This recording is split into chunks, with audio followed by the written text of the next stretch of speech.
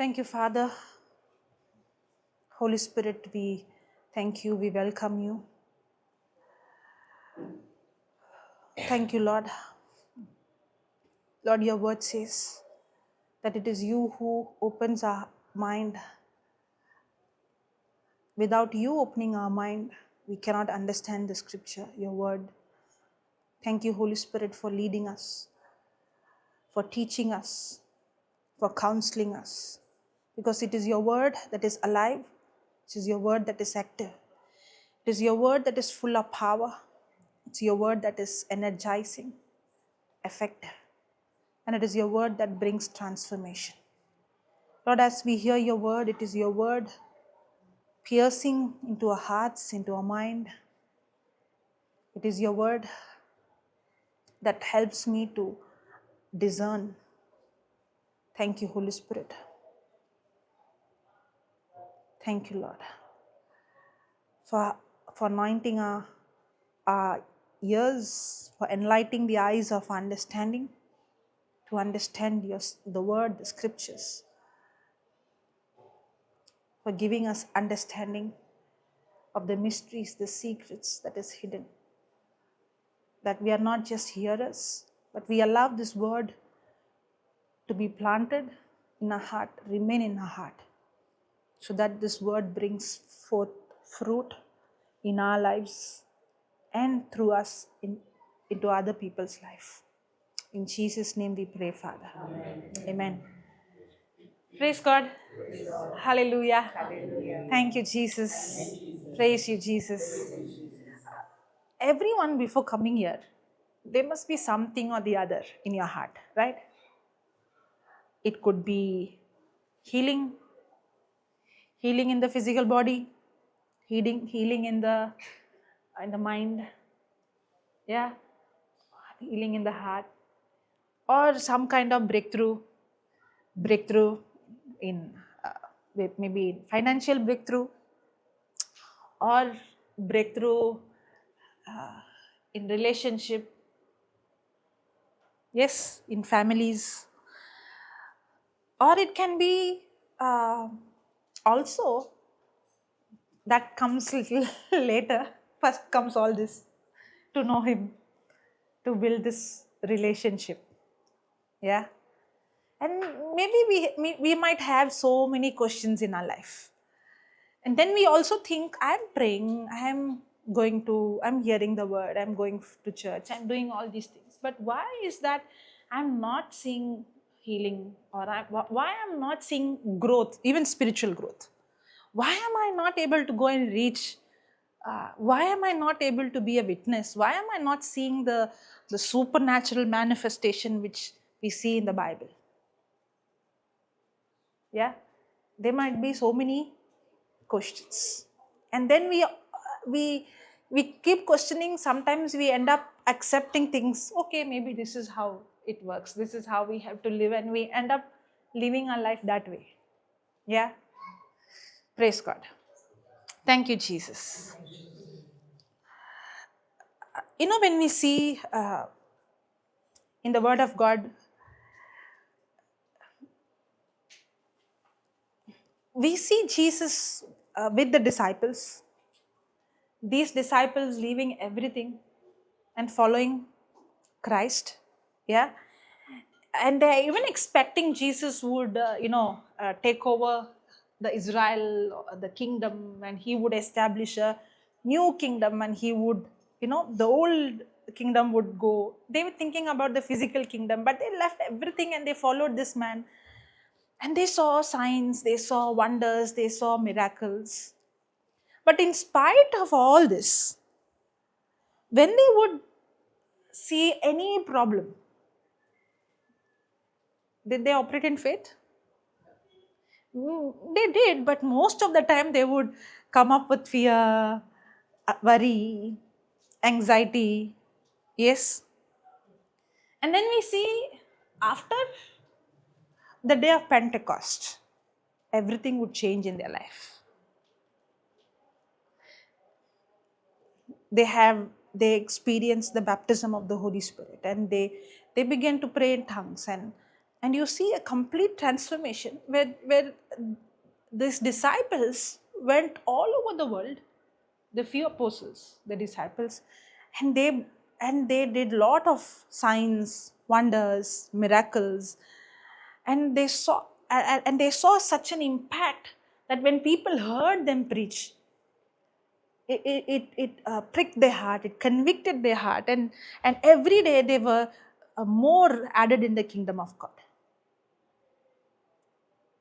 Yes, that's what we see in the book of Acts. But it looks like it happened then. But we don't see that happening now. We want change. We want change, as I told earlier, we want change outside, in the physical body, in our mind, in our relationship, in our money, even in our spiritual life. But we want to see manifestation when I pray, people getting healed or getting result, so many things. Now all these change we want where? In the outside. But actually the real change, transformation, the first transformation that takes place is when a person gets born again. Yes, that's the first transformation. How does a person get born again? So the first change that takes place in a person is when a person gets born again. This change takes place outside or inside? Inside. How a person gets born again? How many of you are born again? Raise your hand. I am not asking about denomination, okay? Some of them are not raising hand because I am not born again. I am a Catholic.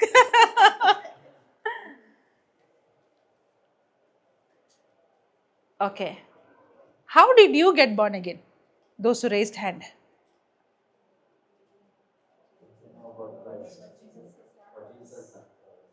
Okay, when you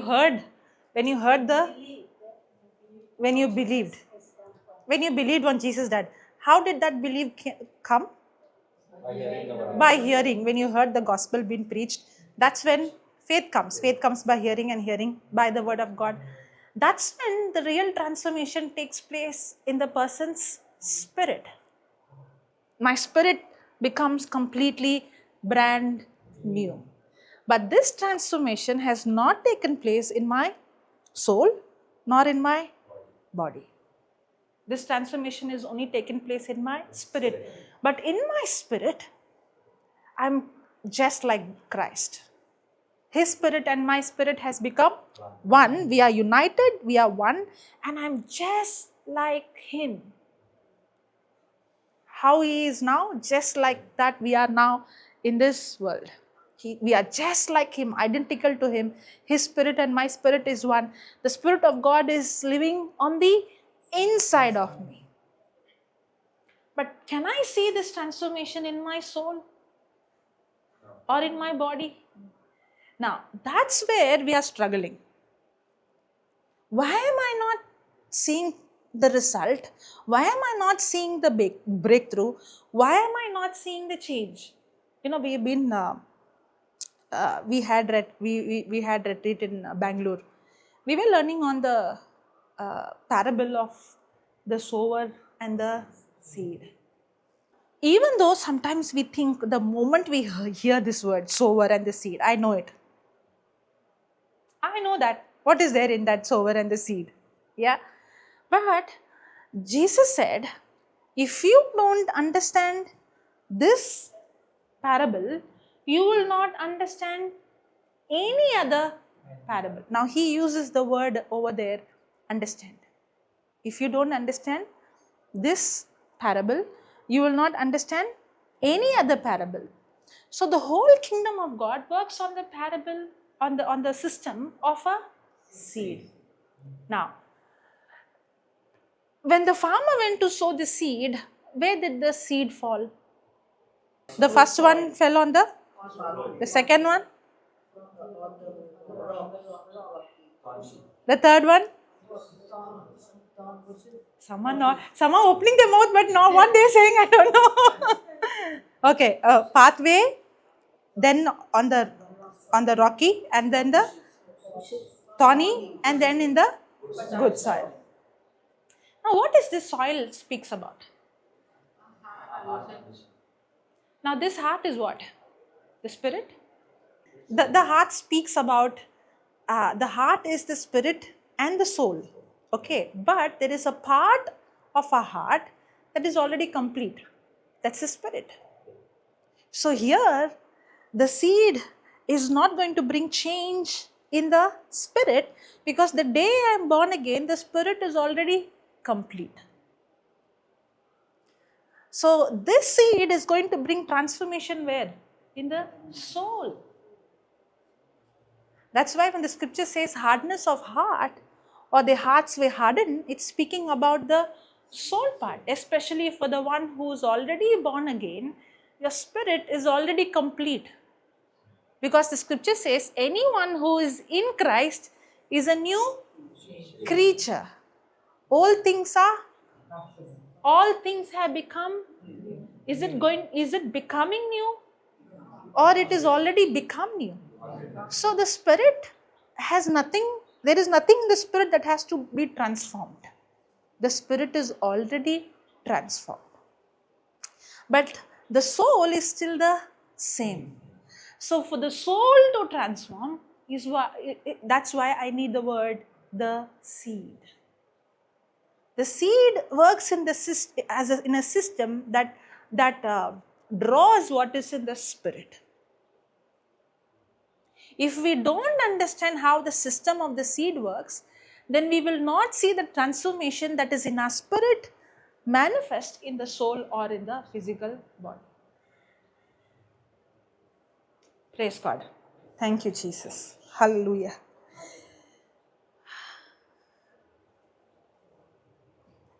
Okay, there is a scripture in the book of Luke, chapter 24, verse number 45. Before we go there, when Jesus preached this parable, the last statement was, those who have ears, let them hear. Yeah. And then Jesus goes into a lonely place. There was a big crowd gathered hearing what Jesus was preaching. Yeah. There was a very big crowd.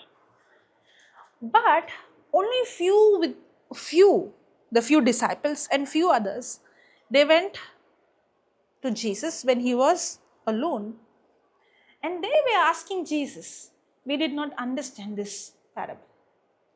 What did Jesus say? When Jesus preached this, was there a big crowd? Very big crowd? Big multitude? Yes. So it looks like other than this few, everybody understood it. Only to whom understanding is given, they will understand. Okay, this is nice. So what she's saying is, only to whom the understanding is given, only they will understand. So only few people God chooses and gives them understanding. Okay. Now there was a big crowd. They all came and they all heard. But only few, many times we think like this, I'm hearing the word. I'm hearing the word. So we feel like I did a big favor. How many hours I heard, So we feel like we did our duty. We feel like we did our, what to say, my ritual, my duties. So now God is pleased with me because I came for the meeting. Sometimes you hear saying, we go to the meeting, you'll be blessed. You sit and listen to the word, you'll be blessed. But they did go to the meeting, they did hear the word. But hearing alone did not bring any result in their life. That's why the Bible speaks about a foolish man and a wise man. And the Bible speaks that both heard. You could hear from there? Yeah, good.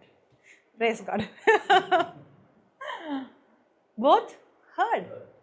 That means what? Even the fool heard. Okay. It's okay, it's okay, it's okay. I'm not asking you any questions.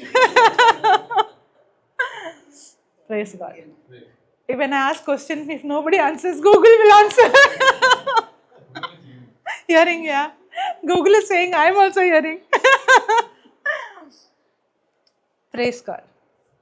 And the scripture says the one who heard the word, there are two people who heard, one was a fool. That means I can hear the word and still be a fool. Hearing the word doesn't make me a wise person. That's why Jesus said, those who have ears, hear. Now, what Jesus is saying is not about what you hear from the outside ears. God's word. No one, none of us can understand this with our own ability, our own understanding, our own capacity. No matter how intelligent, how smart, how educated, how many degrees we have, or how logical we are, we cannot understand. Sometimes we might even spend time and work hard to understand the scripture, but yet we would be fully confused. Yeah? Yeah, I can do theology, I can go to Bible college, I can even quote the scriptures.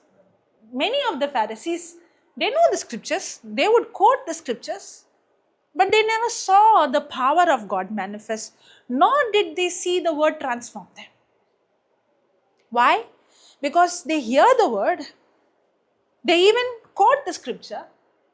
I would say they even by heart the scripture, but there was no understanding.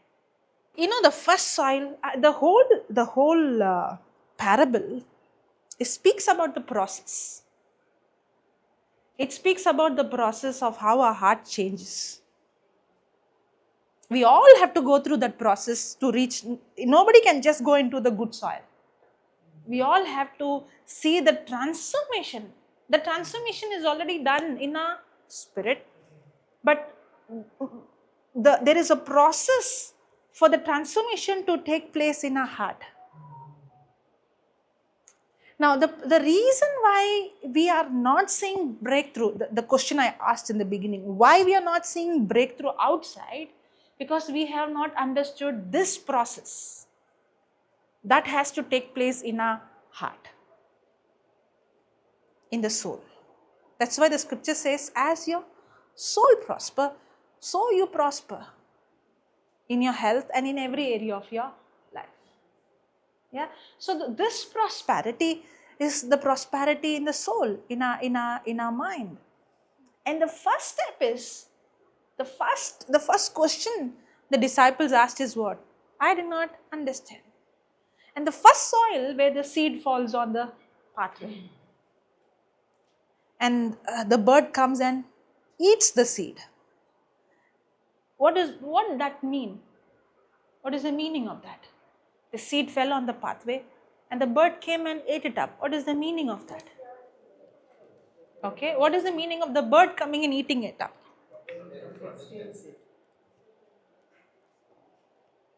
Okay, so the devil would come and steal, then why should I preach? Anyhow, the devil is going to come and steal the word from your heart. So why we have to preach the word then?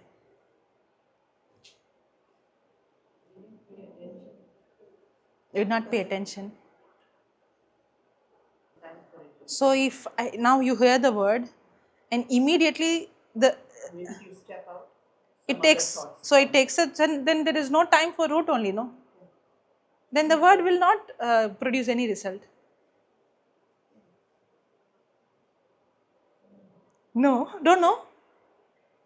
I already gave the answer and asking question. Yeah. Yeah. Okay, wait. Let me finish and come to you. Anybody?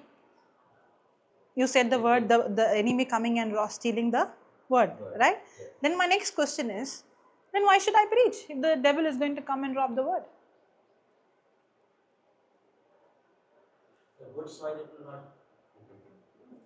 I told you it's a process. So that good soil will not, it's not like right from the beginning. When it grows, it will go inside the soil. It was on the road, so. I'm not talking about the physical, I'm asking the interpretation of it. Okay, read Matthew 13, 19th verse. When anyone hears the word of the kingdom When anyone hears the word of the kingdom, without understanding, simple, without, when I hear the word, but if I don't have understanding of what I heard, that's when the devil has legal right to steal the word. See, the devil is not against us. He is against the word in us. He hates us. But he attacks what? The word. Why? As long as the word remains in our heart, that word is going to bring result in our life. That's why the devil comes to steal, kill and destroy.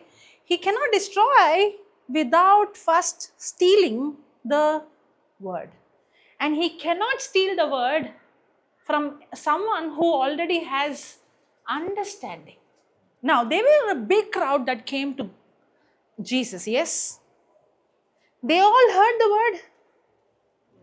They all heard the word. But did they have understanding? So what happened to them? They became a prey. They became a prey for the enemy.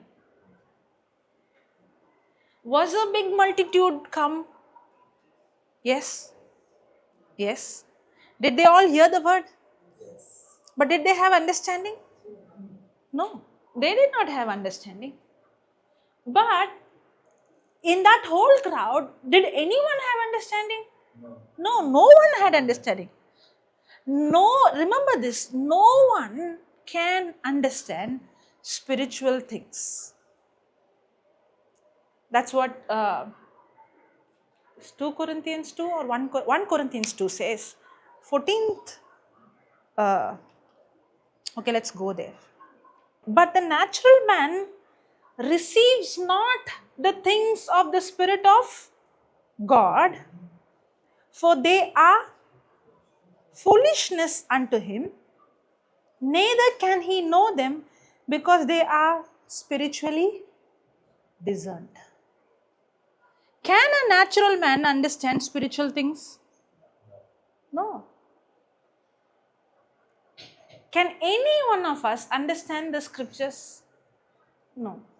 So there is no one in that crowd, in that multitude, who could understand, because sometimes, you know what we do? We try to, how we study our textbook, how we study our concepts, theories, and some are very intelligent to, by heart, I won't say intelligent, by heart anybody can do. There's some people very intelligent who can understand the depth of the concept. Yes, they can show you the difference, or they can really, they can even go and do research on it. Praise God. Thank you, Jesus. That's how do thesis, do research and get PhD in that. Yeah, become a master in that and then become a PhD in that. Now, you can be so smart, but you cannot do that with the Bible. You can even spend so many hours, but you cannot come to a conclusion or come like a definition. This is what the scripture says with your own ability. It might sound good. When the Pharisees, spoke the scriptures, it might even sound good. Long time ago, I had this, I see people coming for retreats, and I'm seeing they're crying, they feel so light, they feel good. And I see them every retreat, and I see them the same. And every time we ask, how many of you have any pain? The same person. And last month only the person leg got healed, hand got healed, and said, testified also, my leg pain went. Next month when I say any pain, the same person with the same pain, I have leg pain. I'm like, after some time I stopped asking only. I'm like, the same people are going to stand. What is the use? And I genuinely see them having that, the tears in them. And then the Holy Spirit put in my heart, when you go to a movie, okay, and you see an emotional scene, do you cry? Oh yeah, I cry. Do you think that's anointing? No. It's not anointing. My emotions are triggered in that movie. Because my emotions are triggered in the movie, I cry. That means without anointing, I can make someone cry. And I can even feel, okay, see the anointing in the session today. It's not the anointing. It was the music that played. It was the environment that was created. It was the way someone speaks that triggers your emotion. I'm not saying anointing is not real. Anointing is real. Anointing brings change. And a person would, on the day of Pentecost, you see, they were praying in tongues. There was physical, supernatural evidence. But that anointing did not just brought tears, that brought transformation in their life. Hallelujah. I see a person crying can be under the anointing, can be under the emotions. It can be both. There is something called making you feel high. If you see, the world has motivational speakers who come and speak to you, motivate you, and give you positive thinking, positive energy, where you feel energized, you feel high, you feel motivated. I can do this. If he can do this, I can do this. Yeah. That's not what the scripture speaks about. That's not what the Bible speaks about. Now, all these things that the world speaks it is actually dealing with your soul part. This also is dealing with the soul part. But the word, the scripture, is not speaking about the power in the soul. It's speaking about the power that is already in the spirit. And the transformation that happens in the soul is not a transformation that comes through willpower, but that transformation comes through the Spirit of God. This transformation comes through the Holy Spirit, the person Holy Spirit. When you see the disciples, when I'm actually studying the scripture, I could see how these disciples, now I'm talking about them before the Pentecost, okay? Before they spoke in tongues, before they began to see the manifestation of the Holy Spirit, before they would see healings, wonders, signs, miracles, I see them that they know the scriptures already. They know that it's not that they're going to, after the Pentecost, they're going to study the scripture. They would quote scriptures. They would say, is it not written? And on those days, they did not have Bible like how we have Bible. I don't think when Peter, on the day of Pentecost, when he preached, he quoted from the book of Joel, right? In the last days, I pour out my spirit on all flesh. The young men and your sons and daughters shall prophesy, right? The young shall see visions, the old shall dream dreams. Now, do you think he's telling, take the Bible to this scripture and he read? I don't think they had Bible at that time. But he spoke the scripture very accurately. Do you think it was downloaded the day he was baptized by the Holy Spirit? No. That means we see that they had the scripture, the word in their heart. Even if you see, before the day of Pentecost, Peter would say about the book of, what David wrote about Judas. They would speak the scripture so accurately. That means they had the scripture in their heart. They had the verse. They were studying the word. They've been, in fact, with Jesus. They've been hearing the word, and even though they were fishermen. In fact, in the book of Acts, people call them as, the scribes call them as what? Illiterates. They were not scholars who were quoting these scriptures. They were considered as what? Illiterates. They were fishermen. Even these fishermen, they knew the scripture. They had the word in the heart. But, when Jesus was crucified, were they in confidence, or did they have boldness, or they were all in fear?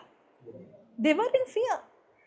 In fact, Jesus so many times told them that they will crucify me, and on the third day I will be risen again. Now, do you think they forgot what Jesus spoke? They did not forget. They did not forget, because when after the resurrection, when he would remind, the scripture says they remembered all that Jesus spoke to them.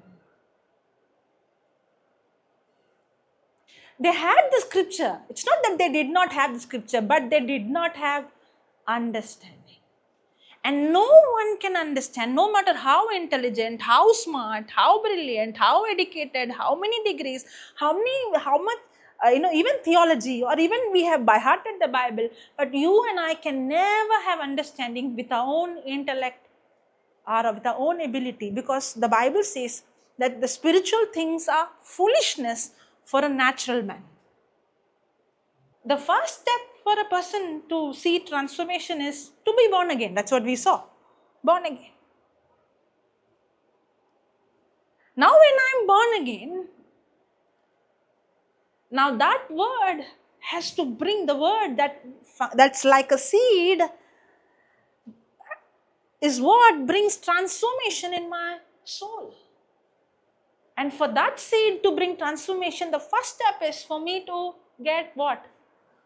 Understanding. And no one can have understanding with our own ability, with our own intellect, with our own. It has to be revealed by the Holy Spirit. Okay, now we'll go to that scripture, okay, of Luke. I'll read that verse. Luke 24:45. Now, this is after the resurrection of Jesus. They are like thinking, what happened to Jesus? All these women who went to see, they saw the angel and they came and told, all these things. And the apostles are thinking, what fairy tale you're coming and telling us?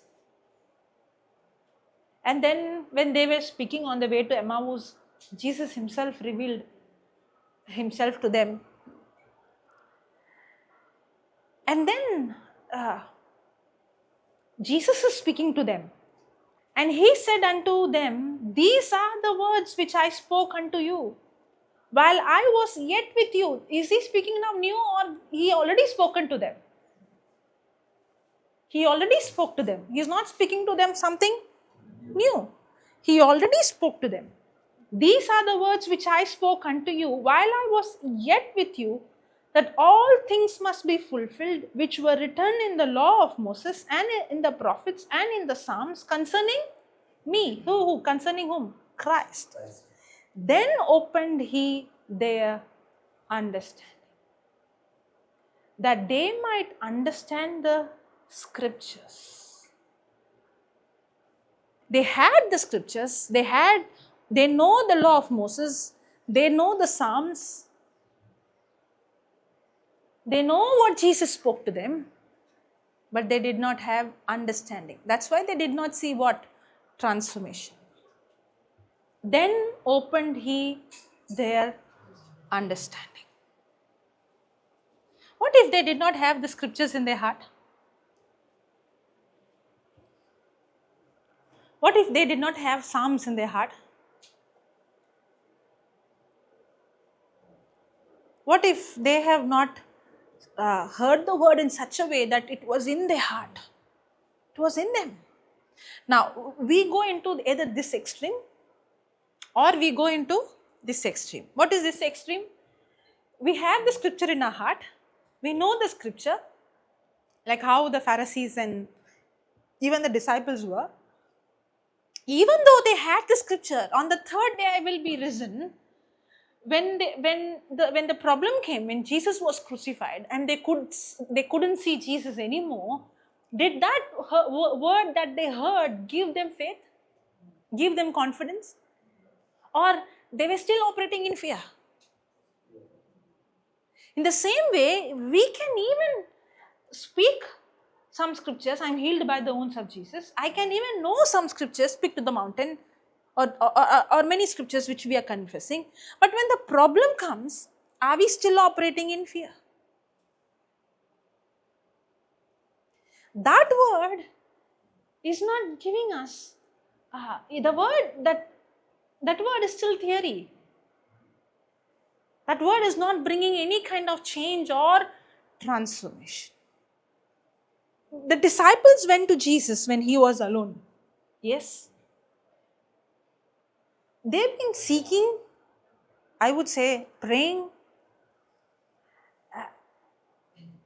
This heart to know him. This heart that values God and his word. When I say value, when you value something, you pay a huge price for it. It might sound like the disciples went and spoke to Jesus when he was alone. But other people went because they are busy. They had their job, they had their work, they had their children, they had their family, they had this, they had that. But there was a huge price that they had to. Now that comes by when a person values the word above than anything. As a parent,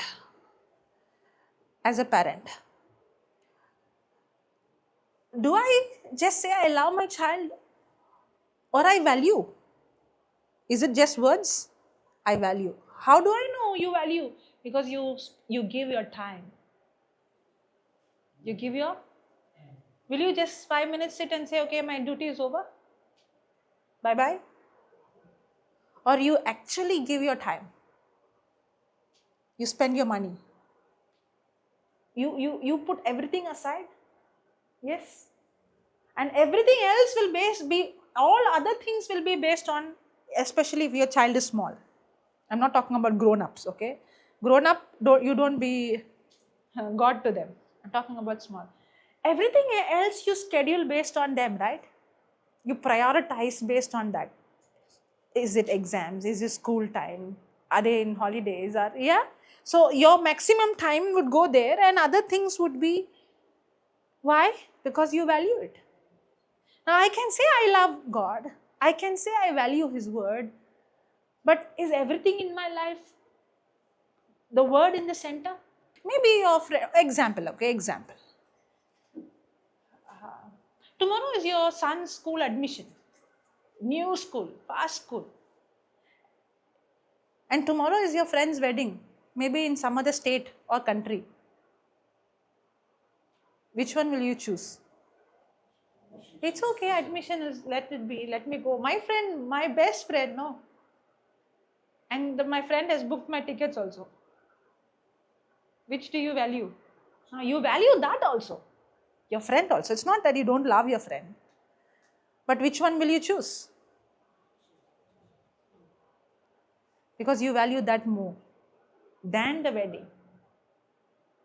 So are you ready to sacrifice that which you love, which you like, or which you really desire to be with your friend? Yeah, you desire to be with your friend. Yes, you want to attend your friend. You want to travel abroad or the other country or the other state. You want to, but you will not compromise this part because you value this more than that. That's exactly what I'm saying. When you have that heart that you value the word, there are other things in my life which is important, which I have to give time, which I'm not telling you to neglect that. You have to give time to that. You have to have that in your life. There is a balance. But will that be your top priority or the word be the top priority? You don't need to answer me. That's the heart that seeks God. Because when I say seek, it might sound very, okay, seek. Lord, tell me what, I give you 2 minutes. If you don't reveal, that's over. Yeah? I give you 5 minutes, talk to me. Then I keep hearing, and I say, I can't hear any voice. These people say they hear the voice of God. I don't hear any voice of God. Because Jesus said, those who have ears, hear. You know what Jesus told about others? To you is the mystery revealed. To you is the secrets revealed. And then he said, those who came, they heard, but they did not hear.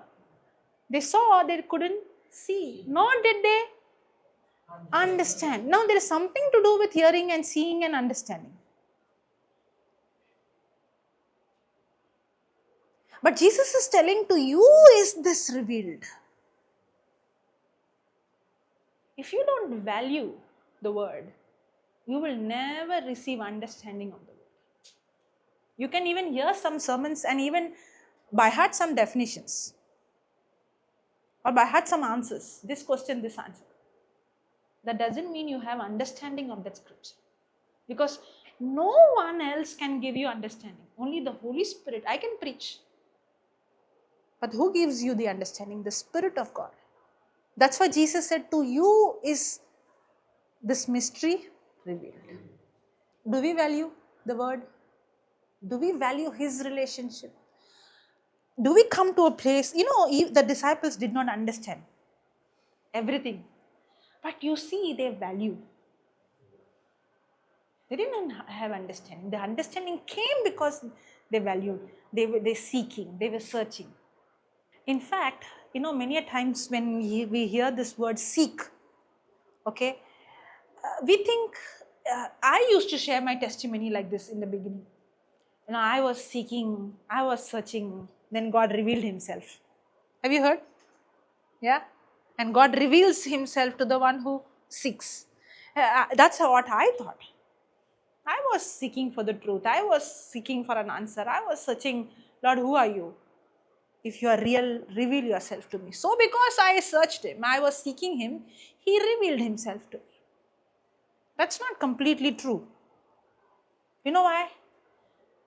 Because the Bible says that there is none who seeks him.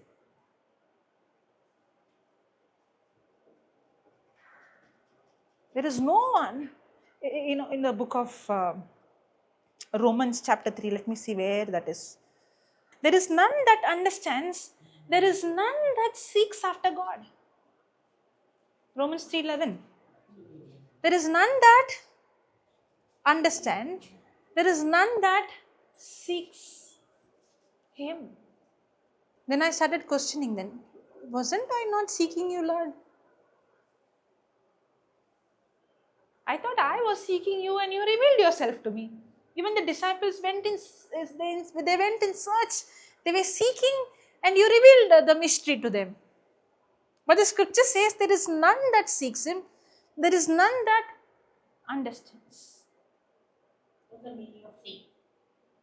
All this time I was trying to say that only. When you give value for something, you begin to give that the topmost. That you are ready to lose anything to get that. So I'm seeking God means what? I want a relationship with him that I'm ready to lose anything. I'm ready to pay any price. But actually, the truth is there is none who seeks him. In fact, it is he who came in search of us. And the Bible says the Father seeks the true worshipper.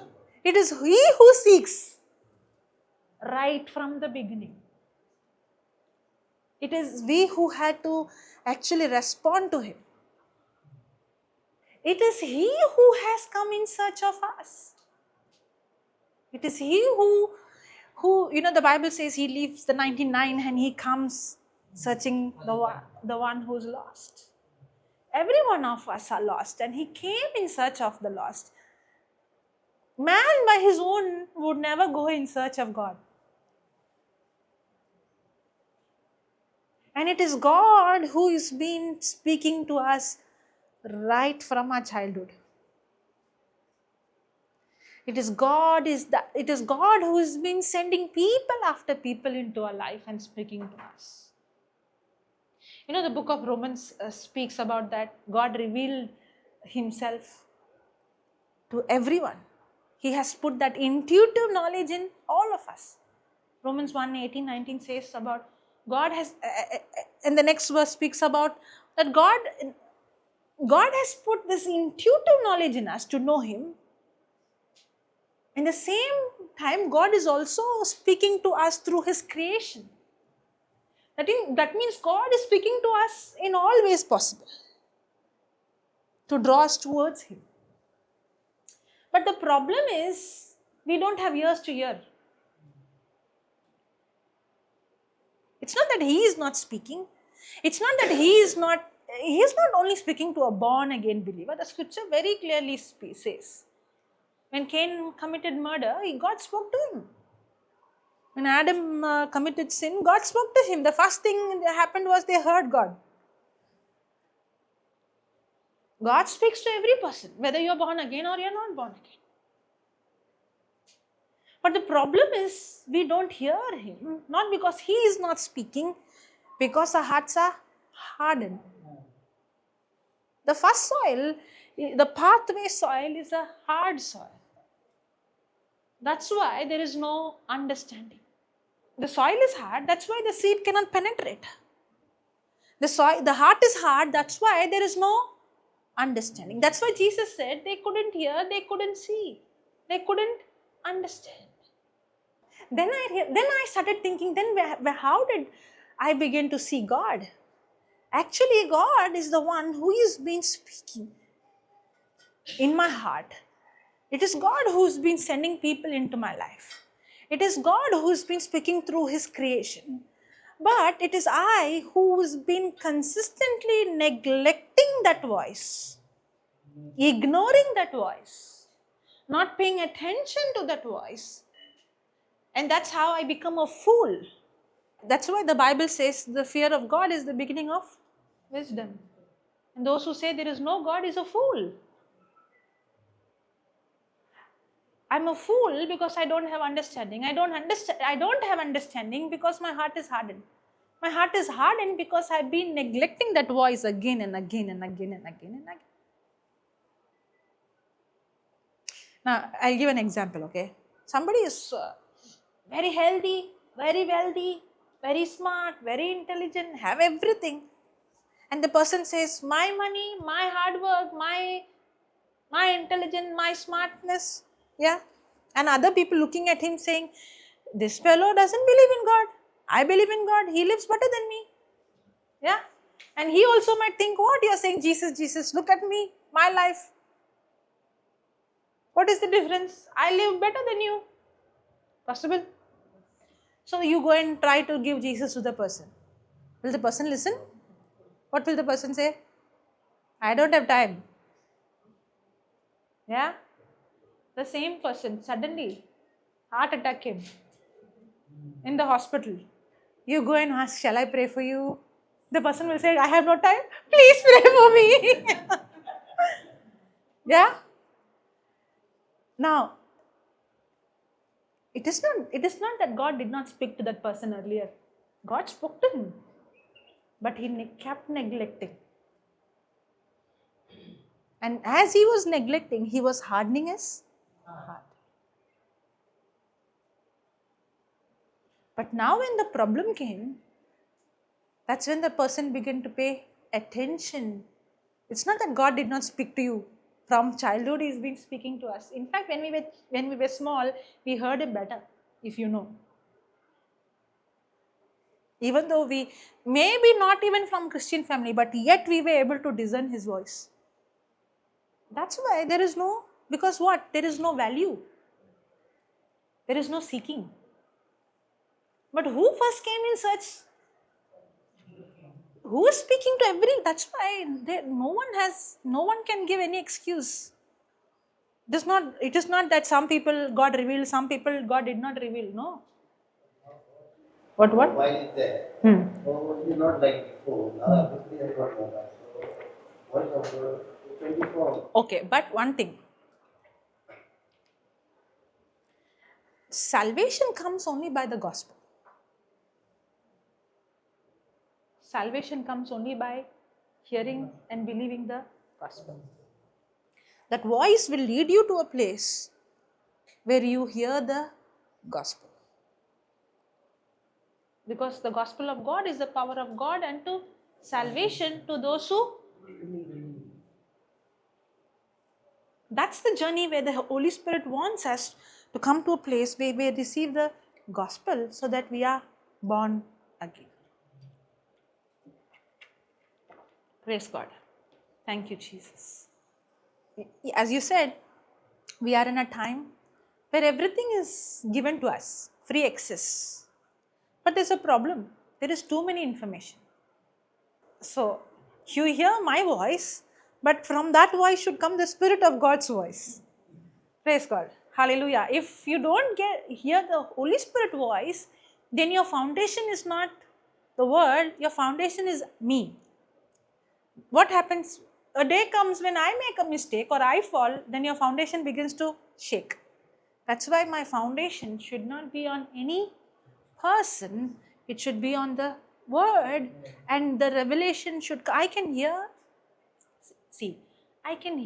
teachings. Remember this, okay? I can hear teachings. Good. I hear teachings. We can read books. Very good. I do read books related to the word. But that cannot be your foundation. That helps you to grow. Yes. Now, when the seed is there, the manure and the other things helps the seed. But if the seed only is not there, will the water and manure and other things help? No. You should go to the word. We are here to help you to go to the word. Not just take a topic or take, many times our mindset is, I learned to preach or I learned to minister, I learned, so that it should not be that way. Learning should be to know the word, to know God. Praise God. Not only one particular part. When I was in college, the number of books they referred, I'm like, I cannot buy all those books. So what we do is we go to the library and we refer so many books. And each book would be so big. Yeah. And that too in 1 year, in one semester, forget about 1 year, one semester, I have to finish some of those books. This book is how big? And then we feel like, how to finish when I was in college, I never had that thought how to finish. There were some nights that some small supplement books we have. In one night we would finish reading the whole book. Last minute, no? Tomorrow exam. But when it comes to the word, we have this mindset, I cannot read the whole Bible. It's not possible. It's not practical. Why not? Praise God. We should know what is it. That's why if you see Peter and the disciples, Matthew and Mark and Luke, they had the scriptures. In spite of as you said, we have technology, we have audio Bible, we have written Bible, we have different translation, we have it in each Bible. Even if the mobile is, if there is, you have in the mobile, even if you don't have a physical, you have in the mobile, you have in your laptop. We should, I actually, in the beginning, I would never go directly to the Bible. I would only hear the audio teaching. And in that, whatever scriptures I know, I would note down and I would only study those scriptures. Did that change my life? Yes. Did it bring result? Yes. Because it is the word. I would write down those scriptures, I would note down those scriptures, and I would even preach those scriptures. I did see result. But is that enough? No, not at all. For years, then I began to when I study a scripture, I begin to see the context of it. Who said to him? Which covenant is this? And I would read the whole chapter or the whole incident. Praise God. That is one side. The other side, it is good that we know, read the whole Bible. This is different, that is different, but we have to do both together. Both are required. God is the one who has come in search of us, and it is when we who begin to respond to His voice, when we begin to give value to that word, that's when our heart becomes sensitive. Now, here, one of the important thing is praying in tongues. Because the Bible says, when I pray in tongues, it's the Holy Spirit who, okay, let's go to that scripture, 1 Corinthians 14, second verse. For he that speaketh in an unknown tongue speaketh not unto men, but unto God, for no man understands him. Howbeit in the Spirit he speaks what? Mysteries. When I pray in tongues, am I speaking to man or am I speaking to to God Himself? Now, there are different kinds of tongues. There are tongues where I minister to someone. At that time, the Holy Spirit is supernaturally ministering to someone through tongues.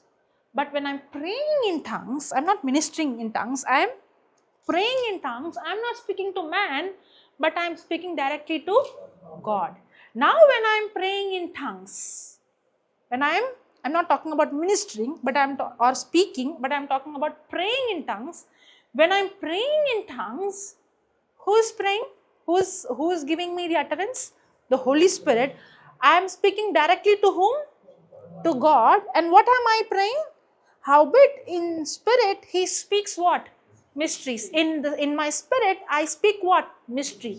Now remember, the word of God is a mystery. That's why Jesus said, to you is this mystery revealed. But for others, it is only a parable. To you is the mystery revealed. Now, did the disciples have the scripture in their heart? Yes. Did Jesus open their mind?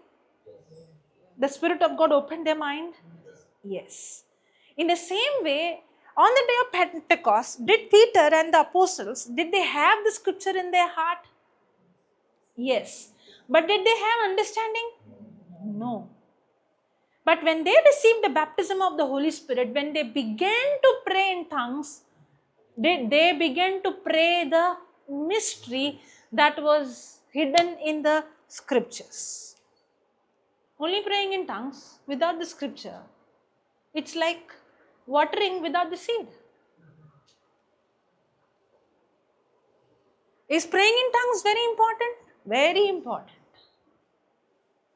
Studying the scriptures and having the scriptures in my heart is very important. Yes. Many times we use a brain, we squeeze a brain to get the understanding and we get all confused. Remember, you cannot understand the scripture, nor I can understand the scripture. The Holy Spirit has to give me revelation. The Holy Spirit has to give me understanding. The Holy Spirit has to reveal that mystery which is hidden in the Word. For that, I have to know to value the Word. I have to learn to prioritize the Word. Give the Word. That is called seeking. I have to seek, give the Word. That should be the center of my life than anything else. There is a balance. God is not telling me to leave this life, leave your family. That's not. God gave the family. God gave us relationship. God wants us to live in this world. God wants us to live in families. God wants us to bind together, to build together. The Bible speaks about it. But what should be the foundation of my life, of my household, of my family? The foundation, the center should be the Word. Now, when I value the Word, And when I keep the word the center, when I study the word, when I read the word, when I meditate the word, and when I begin to pray in tongues, now that word, the Psalms that is in my heart, the scripture is in my heart, the word in my heart, as I begin to pray in tongues day and night, day and night, day and night, the Holy Spirit is the one who begins to reveal those mysteries that is in the scripture. Now I don't have just theory, but now I have understanding, I have revelation of that scripture. And when Peter stood and spoke, that word that came out of his mouth was not a theory that he by hearted or he heard some sermon. No. On the day of Pentecost, when Peter spoke, when Peter preached, that word was already in his heart. That seed was in his heart. But when he began to pray in tongues, on the day of Pentecost, that's when the Holy Spirit opened his eyes, where he could now see and understand the secrets and the mystery that was hidden. And now when he preached, it was not just words coming out, it was the revelation that he received. Now when he spoke, those words carried anointing that it went and pierced their hearts, and those who heard, now that words, the anointing in that word brought transformation, that people were born again. Praise God. Not only born again, as you see the scriptures, they did signs, they saw signs, wonders and miracles following them wherever they went. I know the word, I hear the word. But do I see that word bringing transformation in my life and other people's life? If I don't see, that means I still don't have understanding. Now, maybe in some areas I'm still in the first soil. But some areas I am seeing result, I'm seeing answer, I'm seeing fruit, I'm seeing healing, I'm seeing manifestation. But there are some areas I don't have understanding. Nobody comes to a place that it's a good soil that I see all. No, then it is amen. It's a process. And in this process, the word is what brings transformation in the soul through the anointing of the Holy Spirit. That's what in the beginning I said. I can go to some place where there is a motivation talk, or even there is a preaching of the word, where I can even feel high, or even I can feel emotional, or I can even feel, feel good. But that will not bring any transformation in my life. Because for a seed, I cannot plant a mango seed today and expect tomorrow morning I will have mangoes. I cannot.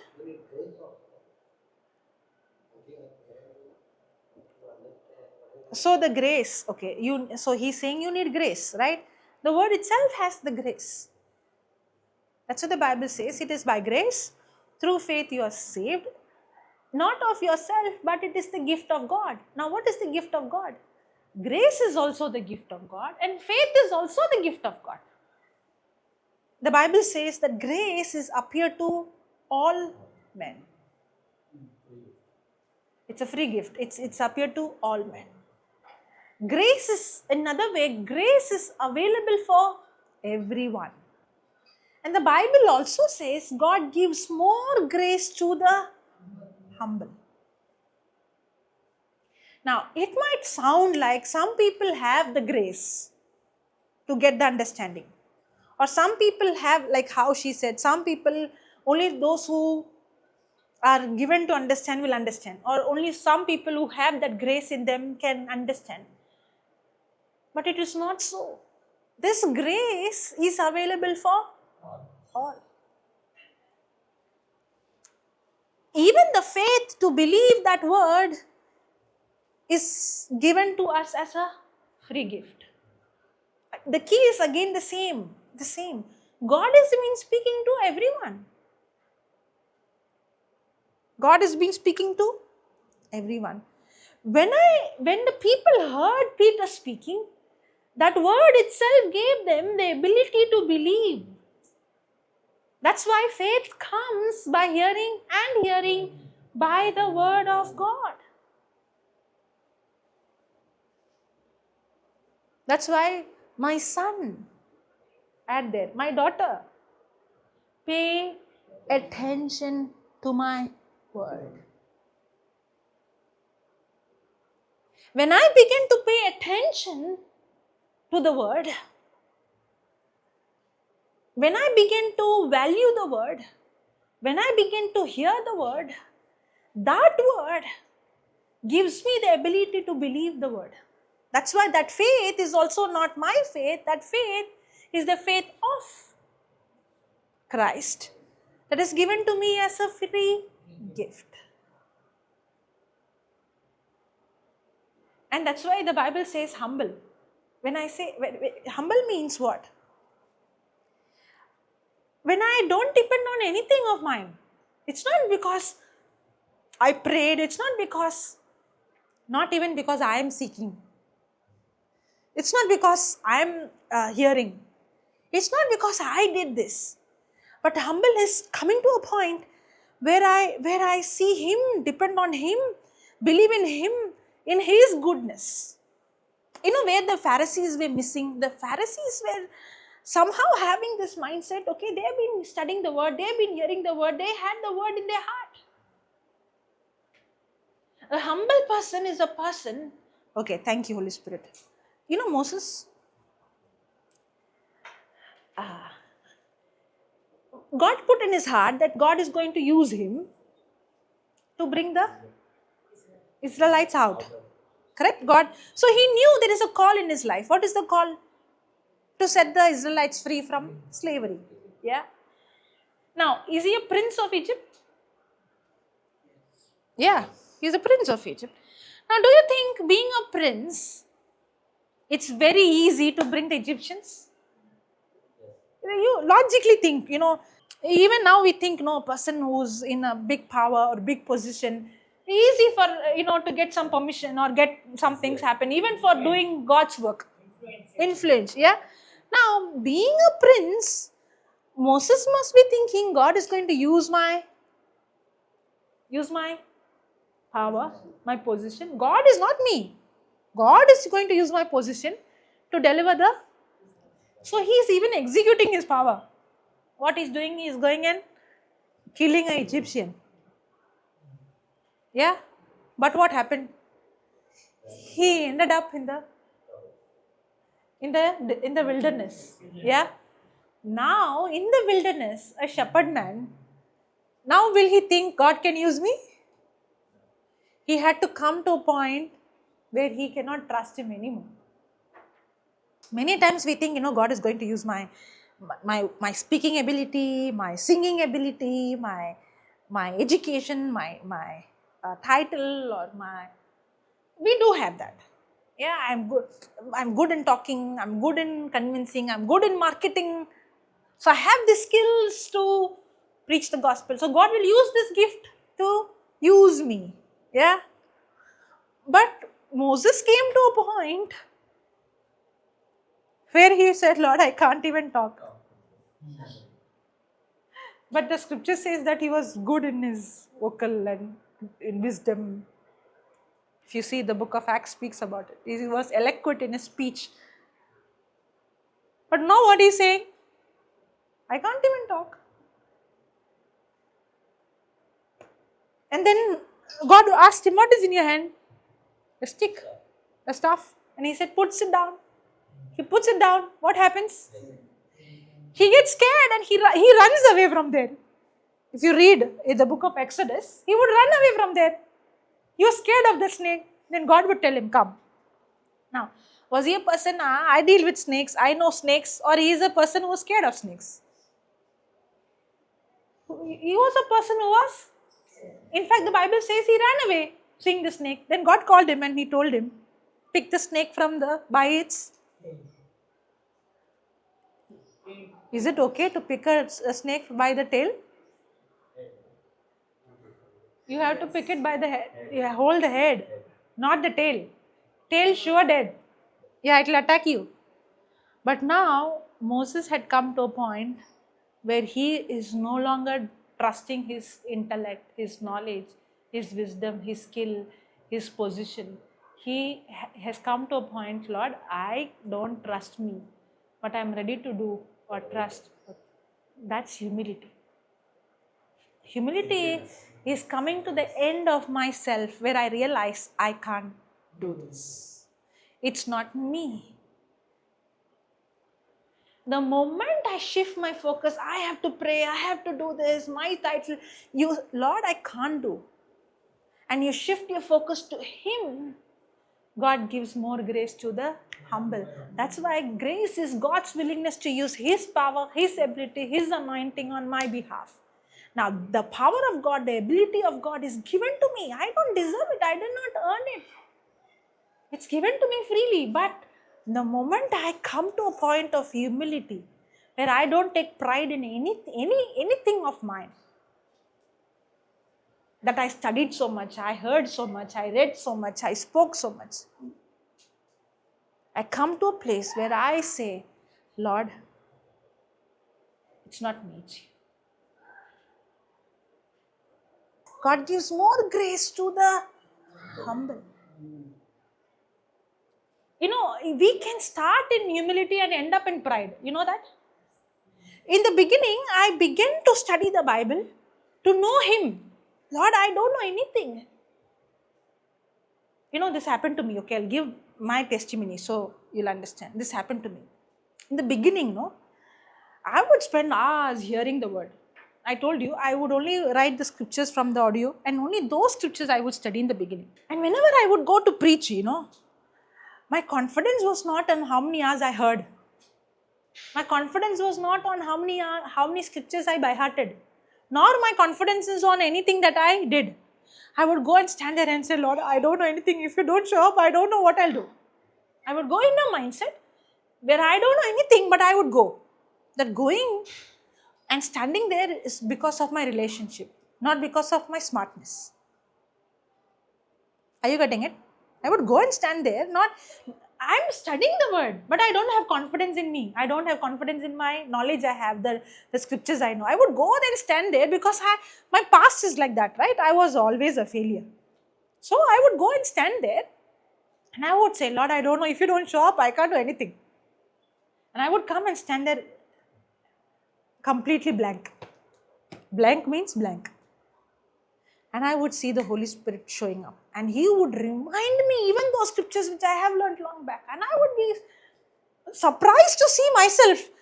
Am I the one who's speaking? Am I the one who's speaking with confidence? Is these words coming out of my mouth? I would be surprised of myself because that's not me. I would see the anointing taking over and doing, because that's my call. Just like how when Moses saw, when he put the stick, the Red Sea parted. Now he knows, am I the one who's parting? He knows very well it's not him, it's the anointing, because that is the call he has. Are you getting it? This is how for me, I began to see the anointing flowing through me.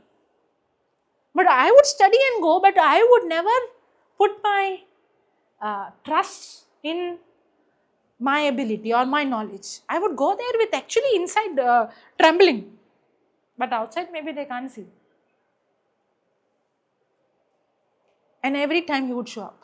But did I start in humility? Oh yeah. Did I start in a place where I was depending not on me at all but on Him? Oh yeah. But as I began to grow, slowly my confidence came on the topic. This topic, this scripture, this scripture, this scripture, this scripture. Sometimes it's like, okay, if somebody says, okay, today you go and take tongues, I actually know which scriptures, which scripture speaks about tongues, I know. I know it is in the book of Corinthians, I know it's in the book of Isaiah, I know it's in the book of Jude. I know those scriptures. I know exactly. I know it's in the book of Acts. I know Acts 2, I have to go to 1 Corinthians 14, I have to go. The book of Jude 1, I have to go. Isaiah, I have to go. I know them by heart. And I can start anywhere and end anywhere because I know the scriptures so well. Actually, in the beginning, when I did not know, I was humble. But as I began to grow, my confidence came on the knowledge I had. I know the topic. I know the scripture. I know after this which scripture, after this which scripture, after this which scripture, because it got by hearted in my heart. At one point of time, I made a decision, Lord, I am not going to preach on tongues. Can you believe? Because I don't want to depend on me. Means not going to preach forever, not. Momentary at that time. Because I want to break that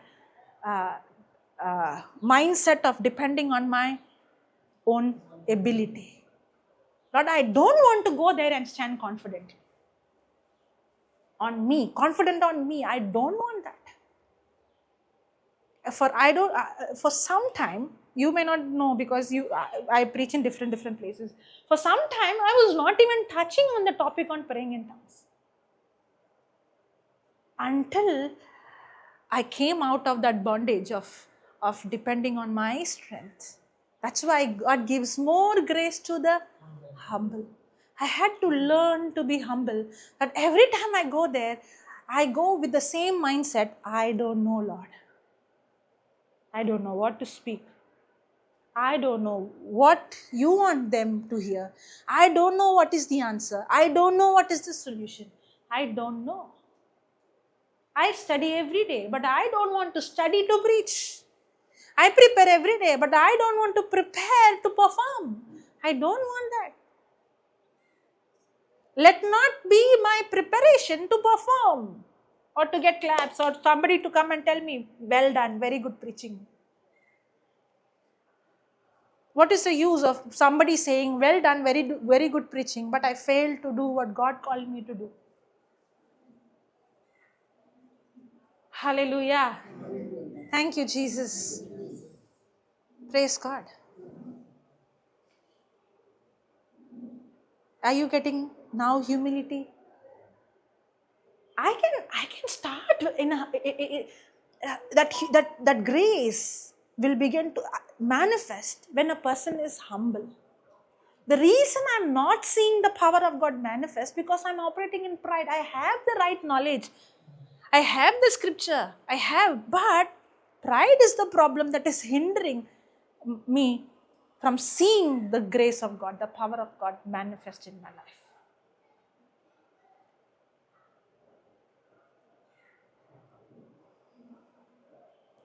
Thank you, Jesus. And when I come to that point, the end of myself, the end of I, and when I don't put my trust in any of those things which I did, now I'm saying, Lord, you help me. That's when that scripture in my heart began to manifest. I see the anointing that comes from that word, from that scripture, where the Holy Spirit begins to show me things which I don't know. That's when I begin to operate in His wisdom. Hallelujah. Thank you, Jesus. Okay, I'll stop here. If any healing, physical healing, can stand wherever you are. Come. I know that what you are saying in your heart. Come, stand. Anybody else? Anybody else? Come. Yeah. You have pain, right? Only cough. Okay, come. Stand here. Anybody else? Anybody need physical healing? Genuinely, I'm asking. Anybody needs physical healing? Hallelujah. Close your eyes. Thank you, Father. Close your eyes. Thank you, Jesus. Thank you, Father. Lord, we thank you for you are a good Father who loves your children. It is your desire for us to be healthy. It is your desire for us to be healed, Lord. Thank you, Jesus, that you took our sickness, our pain, our infirmity on the cross 2,000 years ago. Right now, when the centurion came to Jesus, his son was far away. But when Jesus spoke, he believed. And those words that he spoke healed his son who was far away. Right now, wherever your daughter is, in the name of Jesus, right now, everyone who's here, I speak to that spirit of infirmity. I speak to that spirit of infirmity that is causing that cough, that causing that pain, that causing that sickness. I speak to you right now. I command you right now, leave this person's body. Come out. Come out. Out. Come out. Leave. Out now. Come out now. Out. That's God's healing power flowing into you. I command that pain to leave right now. I command that infirmity to leave right now. That's God's healing power flowing into you. That's God's creative power recreating your organs now. That's God's power. That's God's power. That's God's healing power. That's God's healing power flowing into you right now. Be healed now. Thank you, Jesus. Thank you, Jesus. That's God's healing power flowing into your daughter right now.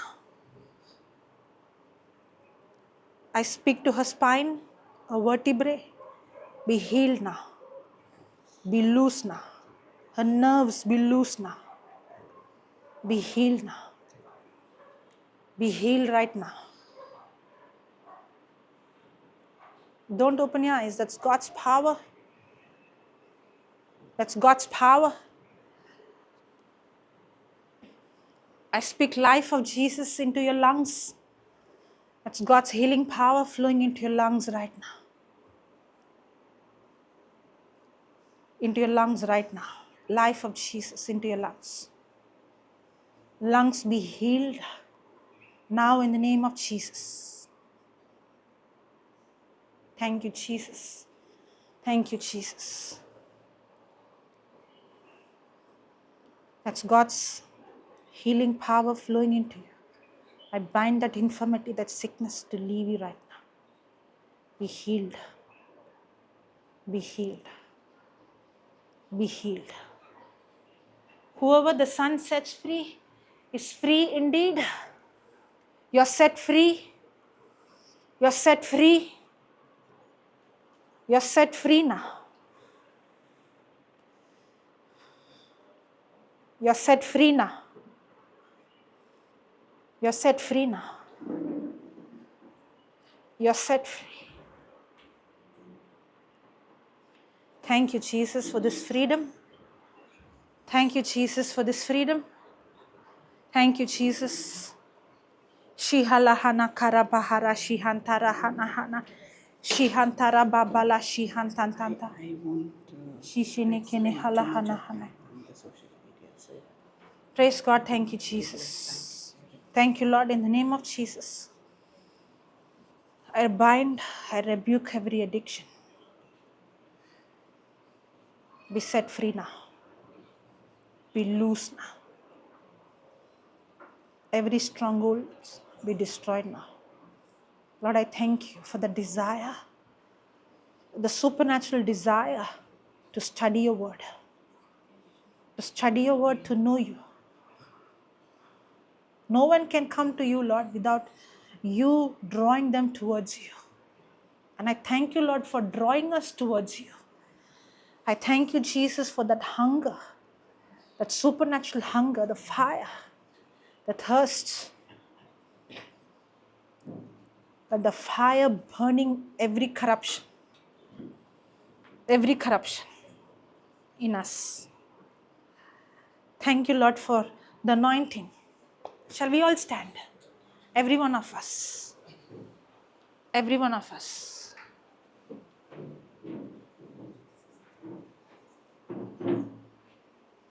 Every one of us.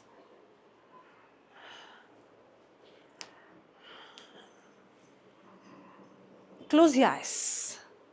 Desire for that hunger. Desire for that thirst. Thank you, Lord, for that anointing. Jesus, as you were speaking, the disciples said, when he was speaking, the words was burning in us. And the Spirit of God opened their mind. The Holy Spirit opened their mind. It is the Holy Spirit, the Spirit of God opening our mind. It's the Holy Spirit opening our mind. It is He who is giving you the desire, the thirst, and the hunger. The same fire that came on the day of Pentecost, the same holy fire that burnt every corruption, the same fire upon you. Come on, tell Him, you are my refuge, Lord. You are my fortress.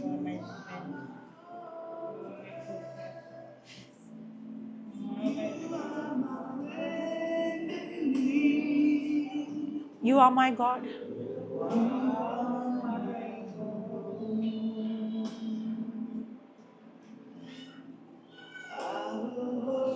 With all of my heart,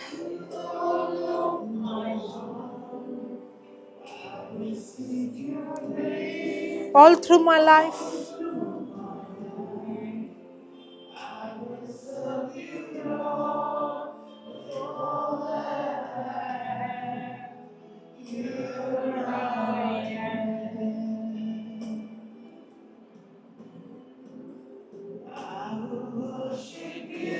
with all of my heart, I will seek your face. All through my life, I will serve you, Lord. With all that I have, here I am. Come on, from your heart. Lord, I've been falling again and again. I've been seeing this weakness in my life. But I don't want to live in this weakness. I don't want to live like the people in this world, Lord. Lord, I cannot do what you have called me to do with my own ability. Lord, I want to yield to your will. Lord, I want to be led by your Spirit. Lord, I want to live a life to glorify you. I want to live a life to be a witness for you, Lord. But I know one thing, I can't do this with my own. Lord, yes, just like how Moses failed, I too failed. But Lord, I've come to a point, I don't want to depend on me, on my strength, on my ability. But Lord, I believe and depend on your unconditional love. No matter what you love me, no matter what you embrace me. And I thank you, Lord, that you have great plans and purpose for me. And Lord, I want to live my life for you. Yes. You are my refuge. You are my fortress. You are my God. And I want to worship you, Lord, and you alone. I want to serve you all the days of my life. And help me, Lord.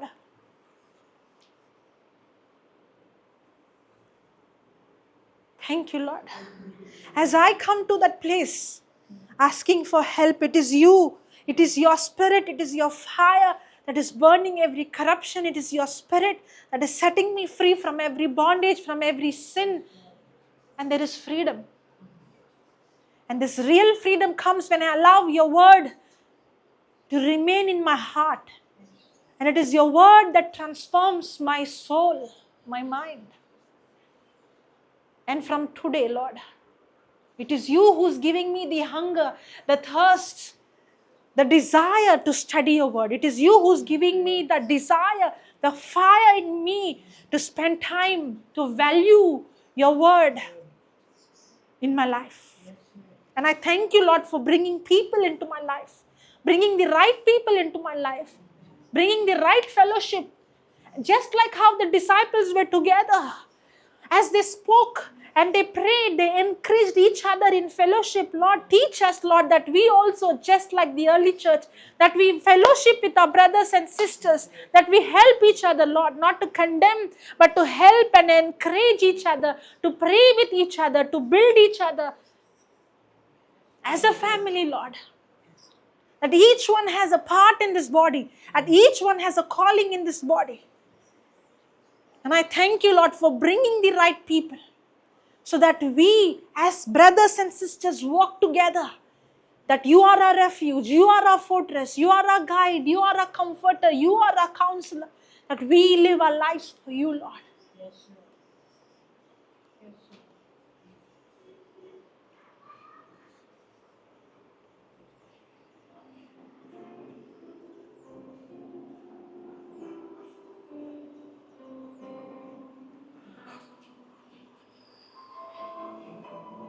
Thank you, Jesus.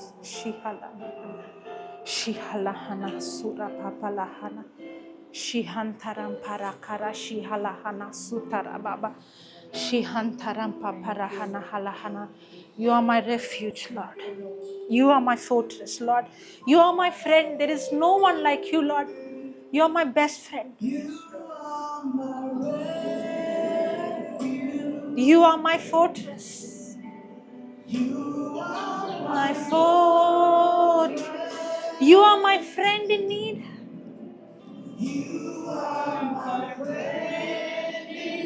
You are my God.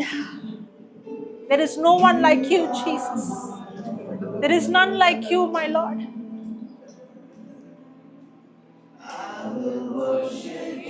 With all of my heart, I will seek your face. All through my life, I will serve you, Lord. With all I have, here I am, Jesus. I will worship you with all of my heart. I will seek your face. All through my life, I will serve you, Lord. With all that I have, here am I, Lord.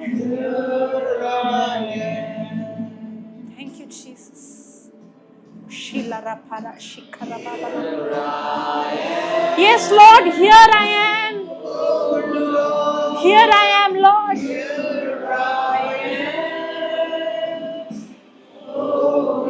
Here I am, Lord Jesus.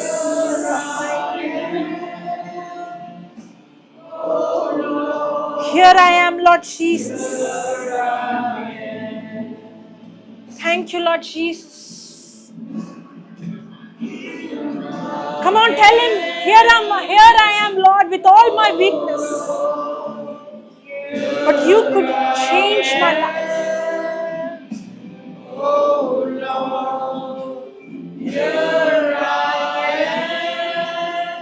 Oh Lord. Here I am. Jesus. Thank you, Jesus.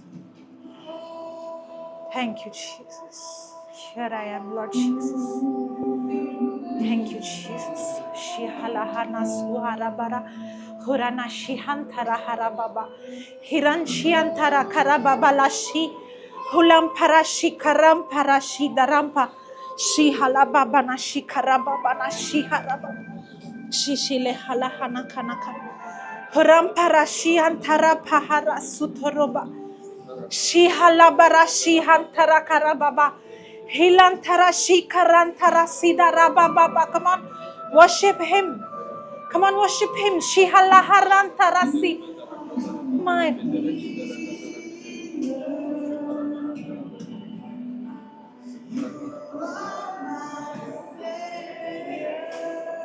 You are my strength in need.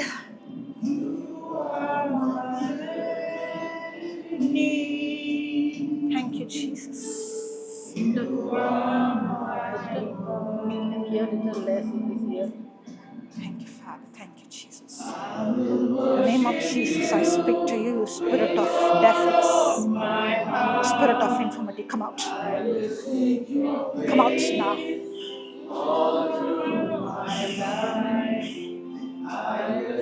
That's God's healing power flowing into you right now. It's God's fire on you now. It's God's fire on you. Shihantara papa papa papa.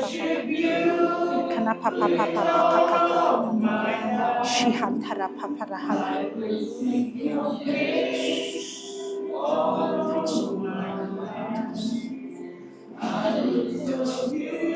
That's God's power on you. That's God's fire on you. That's God's fire on you. That's God's fire on you. Come on, oh Lord. Here I am, oh Lord. Here I am. It's God's power. Jesus loves you. Thank you, Jesus. Thank you, Jesus. Thank you, Jesus. Here I am. Thank you, Jesus. Shihalahana suhatara babalahana karabahalakana. Shihantara babalahala babara shihala bababababa. I am, oh Lord. Here I am, oh Lord. Thank you, Jesus. Here I am. Shihala hana hana kara papara hara papara suso. Shihala hana hana kara papara. Kala papara shihantara papara shihantara baba. Karabahara shihantara mamana shihantara papana. Karampara shihala hala babarashi. Hala baparasi dara hala kakara baba. Horampara sihantara kala baba la para baba papa papa. Karampa baba baba baba harasi dara baba baba bahara baba. Hula papa la si hala baba baba baba baba baba baba baba. Hula baba la si kala hala si daratsi. Hula baba baba baba baba hala hala hana kara. Shila la la la baba baka kara bahara si dara baba baba. Horam papa baba baba hala hala hala hala hala. Kiram pam pam pam pam pam pam pam pam pam. Hila la la la harasida raparasida rapa baba haraba. Shila baba na karampa harasi sete te te te te. Nana shish. Shihantara papara su su su su su. Shihara baba na karaba. Shihantara baba. That's God's love. That's God's fire. It's God's love. Thank you, Jesus.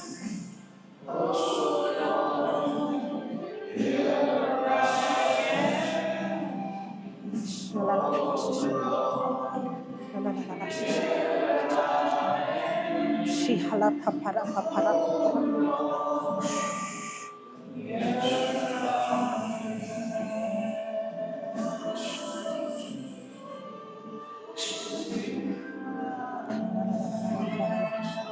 Shihantara papana, shihantara papana, kana papana. Come on, tell him, here I am, Lord. Here I am, Jesus. Here I am, Lord Jesus. Here I am, Lord Jesus.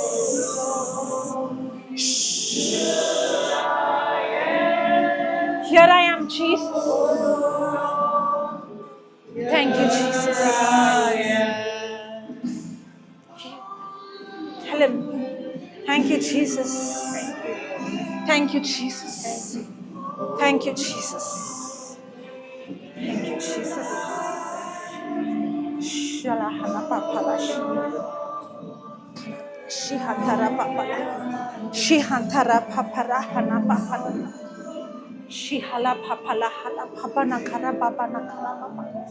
Shala baba baba baba baba baba hara shihantara baba na.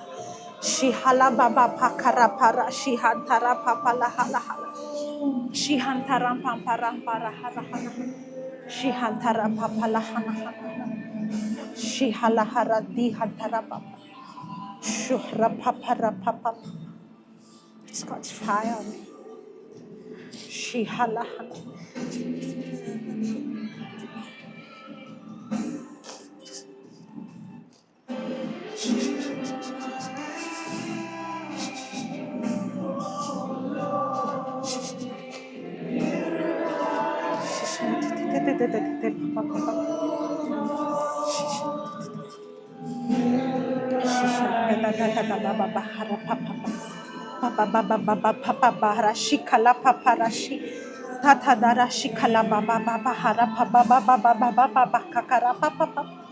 Shihala baba nakana papa papa papa baba baba baba baba baba Shishele tetere kala hala baba kara baba baba baba baba baba baba Shihantara papa na shihata tata baba papa baba Shiantaran kankanda papa. Here I am, Lord.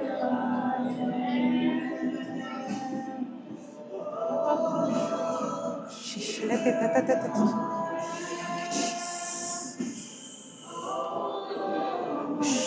Kana papa baba baba baba baba Kana papa na hala hana hana hana Shihan tan tan tan tan pam pam pam pam pam pam pam kana Shihan tan tan tan pam pam kana kana hala hala Papa baba baba mama hana hana kana hana Shihan tan tan tan tan tan tan pam hala hala Shishele tete kana hana papa shishele tete Shishele tete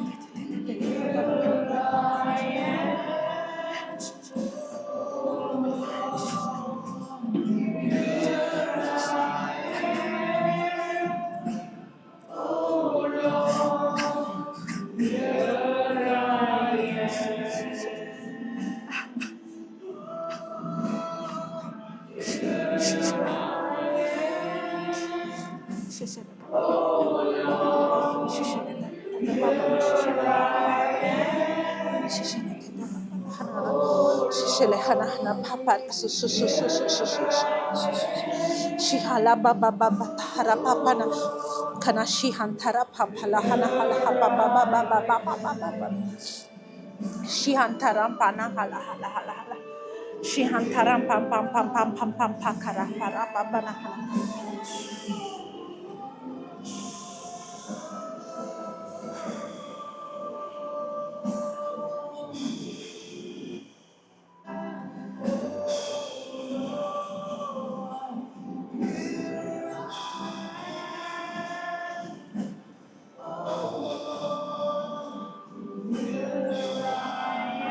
It's the breath of Jesus.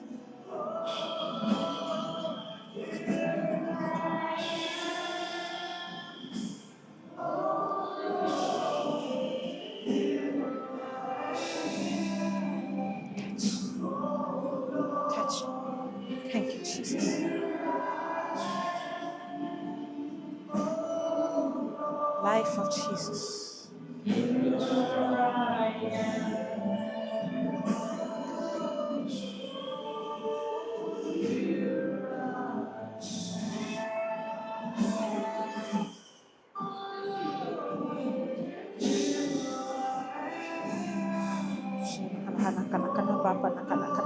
Shihala hana hana baba la hala baba la hala baba na shihantara shihantan tam pam pam kankana hala hala hala hala hala kana hana baba la shihantan tan tahara shishena hana hana shihantara baba la shihantara baba la hana hana shihantara kara baba la shihantara kakana hana Shihantara mama na shihantara baba na kara kana kala kana kana shihantana baba la hala hana hana hana hana kana hala hala hala hala stand behind her. Shihantana papa na that's God's healing power. That's God's healing power. That's God's creative power. Speak life of Jesus into your tissues, nerves, cells, into your brain, into your nerves right now. It's God's creative power. Be healed now. Be healed now. Life of Jesus is flowing into you right now.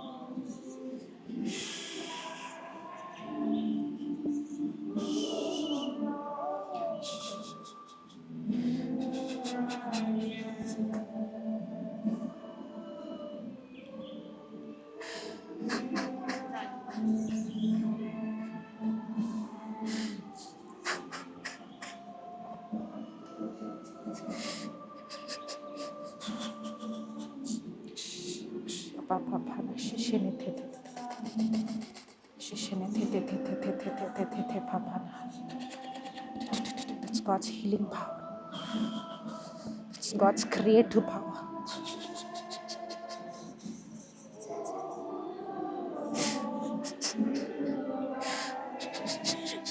I am healed. I am healed. I am healed. I am healed. I am healed. The name of Jesus, I am already healed. The Jesus have restored in the Jesus. I am healed. I am healed. Jesus, I am healed.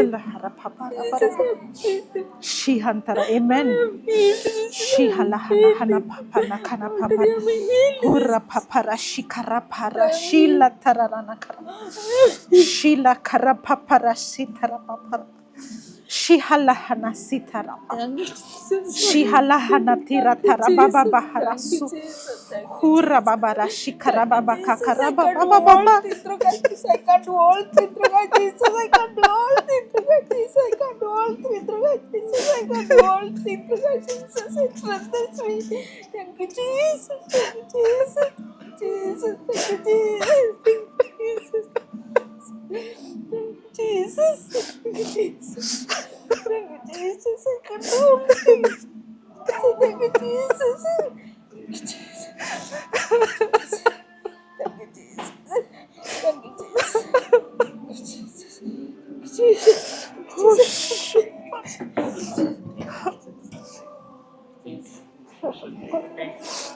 Shishala papa na shishele.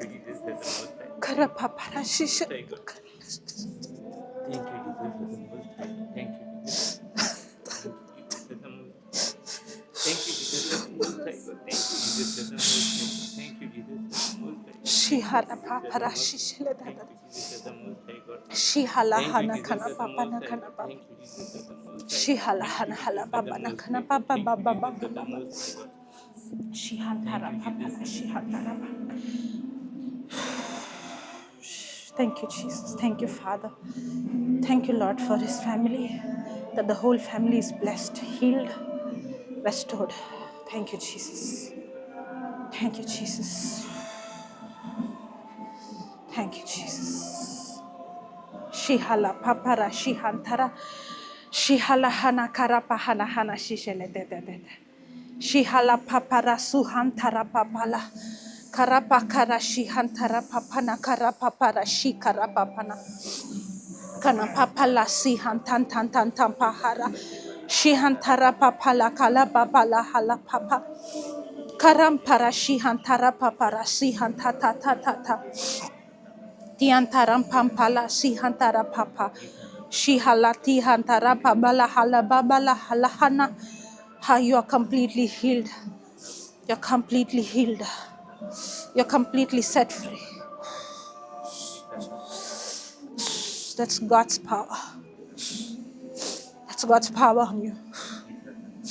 It's God's power on you. Shihala pakara pakara pa ba ba ba ba ba ba. Shihala hana hana papara suhantarapa. Shihantarapa kala hala hala hala hala hala. Thank you, Jesus. Thank you, Father. Thank you, Jesus, that this whole family is saved and set free, Lord. I bind every spirit of poverty. There is no lack. Thank you, Jesus. Thank you, Lord, for bringing the right people in this house. That this family has received salvation in every area of their life in Jesus' name. Amen. Shihantara papa lahana hana. Shihantara papa lahana hala hala hala hala hala hala hala. Shihala hana hana hana hana. Hana hana hana.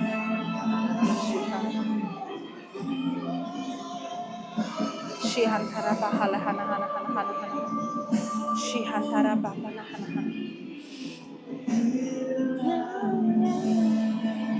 Thank you, Father. Thank you, Jesus. Thank you, Jesus. Hallelujah. Praise the Lord. You all drunk? Couldn't stand? Yeah. This is what happened on the day of Pentecost. Praise God. Let's give the Lord a big hand. Thank you, Jesus. You also drunk? Yeah. Trying your best to stand? Yeah. Praise God. Isn't that awesome? Every one of us. Yes? Thank you, Jesus. Praise God. Hallelujah. Thank you, Jesus.